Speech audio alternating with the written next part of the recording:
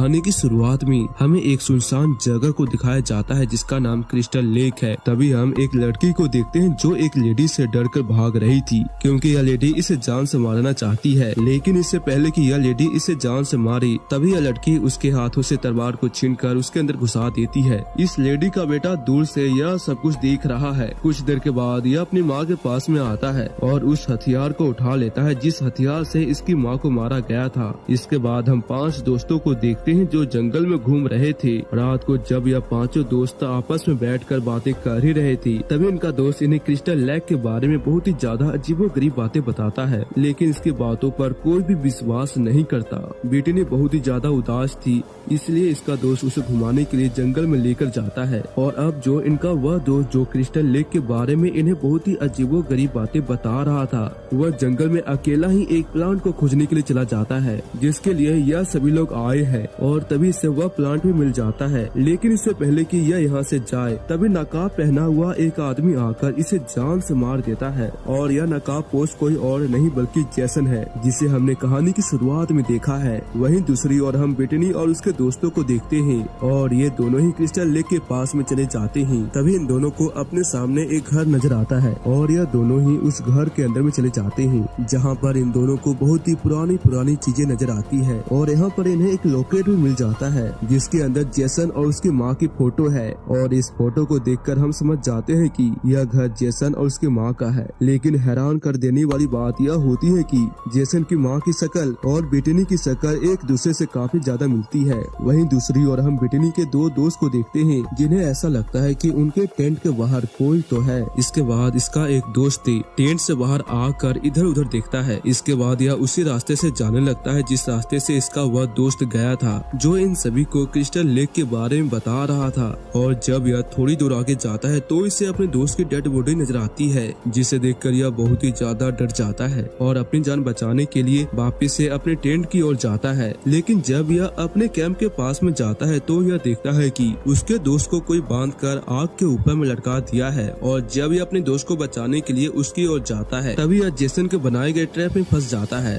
और इसकी वजह से इसकी दोस्त इसकी आंखों के सामने जर कर मारी जाती है। दूसरी ओर बिटनी और उसका दोस्त एक दरवाजे के पास में जाते हैं जहाँ पर बहुत ही अजीबोगरीब चीजें बनी है। और जब ये अपने हाथ को इसके अंदर डालते हैं, तभी हमें पता चलता है कि इसके अंदर एक सर है और यह सर किसी और का नहीं बल्कि जेसन के माँ का है। यह देखकर ये दोनों ही बहुत ही ज्यादा डर जाते हैं। और जब बिटनी का दोस्त नीचे झुककर उस आदमी को देखने की कोशिश करता है, तभी अचानक से कोई नीचे से बिटनी के दोस्त के ऊपर में हमला कर देता है और यह कोई और नहीं बल्कि जेसन है। बिटनी एक बार टब के ऊपर में आकर अपने दोस्त को ऊपर खींचने की कोशिश करती है, लेकिन जेसन किसी तरह से इसके दोस्त को तहखाने के अंदर में खींच लेता है। इसके बाद बिटनी अपनी जान बचाने के लिए किसी तरह से इस घर से निकलते हुए कैंप की ओर जाने लगती है। और ये अपने कैंप के पास में देखती है कि उसका दोस्त अब मर चुका है और उसका एक दोस्त ट्रैप के अंदर में फंसा हुआ है। बिटनी अपने दोस्त को इस ट्रैप के अंदर में से निकालने के लिए बहुत ही ज्यादा कोशिश करती है। तभी पीछे से जेसन आकर इसके दोस्त को जान से मार देता है, जिसके बाद जेसन बिटनी को जान से मारने की कोशिश करता है। और हमें यह दिखाया नहीं जाता कि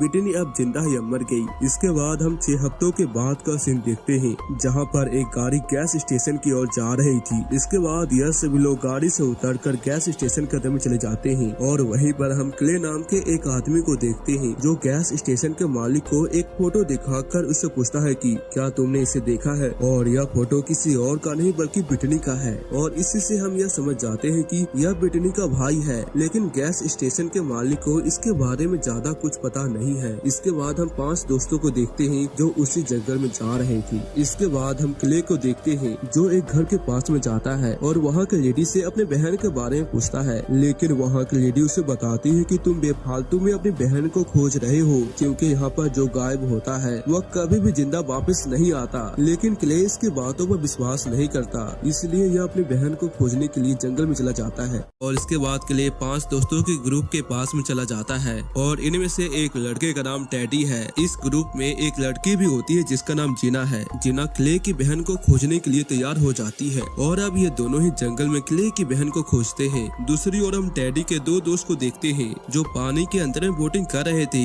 लेकिन तभी वहाँ पर जेसन अपने हथियारों से इन दोनों को जान से मार देता है। दूसरी ओर हम क्ले और जीना को देखते हैं और ये दोनों ही जेसन के घर के पास में आ गए थे तभी इन्हें किसी के आने की आहट सुनाई देती है और इस आवाज को सुनकर ये दोनों ही छिप जाते हैं और तभी वहाँ पर जेसन आ जाता है जिसके हाथ में किसी की डेड बॉडी थी। जेसन को यहाँ पर क्ले का बैग मिल जाता है और इसी वजह से जेसन को ऐसा लगने लगता है कि यहाँ पर कोई न कोई है और यहाँ पर जेसन क्ले को खोजने की कोशिश करता है लेकिन उसे कोई भी नहीं मिलता। इसके बाद जेसन घर के अंदर में चला जाता है। तभी यह दोनों अपनी जान बचाने के लिए यहाँ से भाग जाते हैं और भागते हुए जीना का पैर एक रस्सी से टकरा जाता है और वहीं दूसरी ओर हम जेसन के बेसमेंट के अंदर में बिटनी को देखते हैं जो अभी तक जिंदा है। जीना का पैर जब रस्सी से टकरा जाता है और इसी वजह से जेसन को पता चल जाता है कि उसके घर के आसपास में कोई तो है। इसके बाद हम टेडी को देखते हैं और इसका दोस्त इसके पिता की सबसे मनपसंद कुर्सी को तोड़ देता है जिसकी वजह से टेडी को अपने दोस्त पर बहुत ही ज्यादा गुस्सा आता है और ये अपने दोस्त को कहता है कि तुम्हें इसे जोड़ना होगा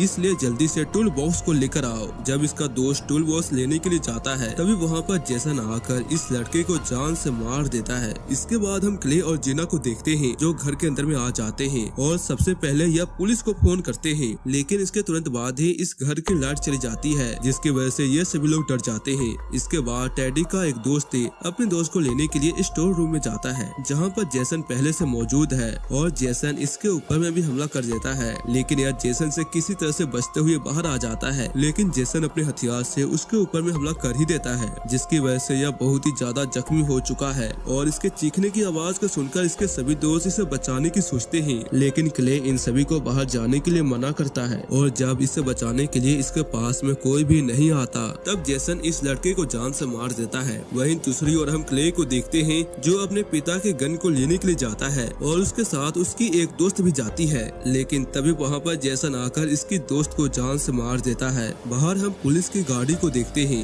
जब यह पुलिस वाला इनके दरवाजे पर आता ही है तभी जेसन आकर इसे भी जान से मार देता है और अब ये तीनों समझ जाते हैं कि हमें इस घर से अभी निकलना होगा और ये तीनों पुलिस की गाड़ी के पास में जाकर उसे स्टार्ट करने की कोशिश करते हैं लेकिन तभी जेसन आकर इनके गाड़ी के ऊपर में हमला कर देता है और इसी वजह से क्ले और जीना दूसरे रास्ते में चले जाते हैं और टेडी भी इनसे अलग हो जाता है। टेडी अपनी जान बचाने के लिए बहुत ही तेजी से भागता है और तभी उसके हाथ से गन नीचे गिर जाते हैं और अब ये समझ जाता है कि इसे यहाँ से जल्दी से निकलना होगा और यह सड़क के किनारे आकर हेल्प मांगने की कोशिश करता है लेकिन वहाँ पर जेसन आकर टेडी को भी जान से मार देता है और अब इस जंगल में जेना और क्ले बचे हैं। जेना और क्ले एक बार फिर से जेसन के घर के पास में चले जाते हैं और तभी क्ले को अपनी बहन की आवाज सुनाई देती है और यह अपनी बहन का आवाज का पीछा करते हुए अपनी बहन के पास में चला जाता है लेकिन इससे पहले कि जेसन इन तक पहुँचे यह तीनों ही इस जगह से निकल जाते हैं और जब जेसन देखता है कि बिटनी उसके पास में नहीं है तो उसे बहुत ही ज्यादा गुस्सा आता है। दूसरी ओर इन तीनों को इस जगह से निकलने का रास्ता मिल चुका था। क्ले और बिटनी किसी तरह से बेसमेंट से बाहर आ जाते हैं और जब जीना बाहर आ ही रही थी तभी जेसन उसके पास में आकर उसके ऊपर में हमला करके उसे जान से मार देता है। यह देखे क्ले और बिटनी अपनी जान को बचाने के लिए एक स्टोर हाउस में चले जाते हैं। क्ले बिटनी को छुपाकर अपने लिए एक हथियार को खोजने लगता है और तभी वहाँ पर जेसन आकर इसके ऊपर में हमला कर देता है। जेसन क्ले को जान से मारने के लिए उसका सर ग्राइंडर मशीन के अंदर में डालने लगता है लेकिन तभी वहाँ पर बिटनी आकर जेसन को उसके नाम से बुलाती है और वह उसे उसकी माँ का लॉकेट भी दिखाती है और इसी वजह से जेसन क्ले को छोड़ देता है और इस मौके का फायदा उठाकर क्ले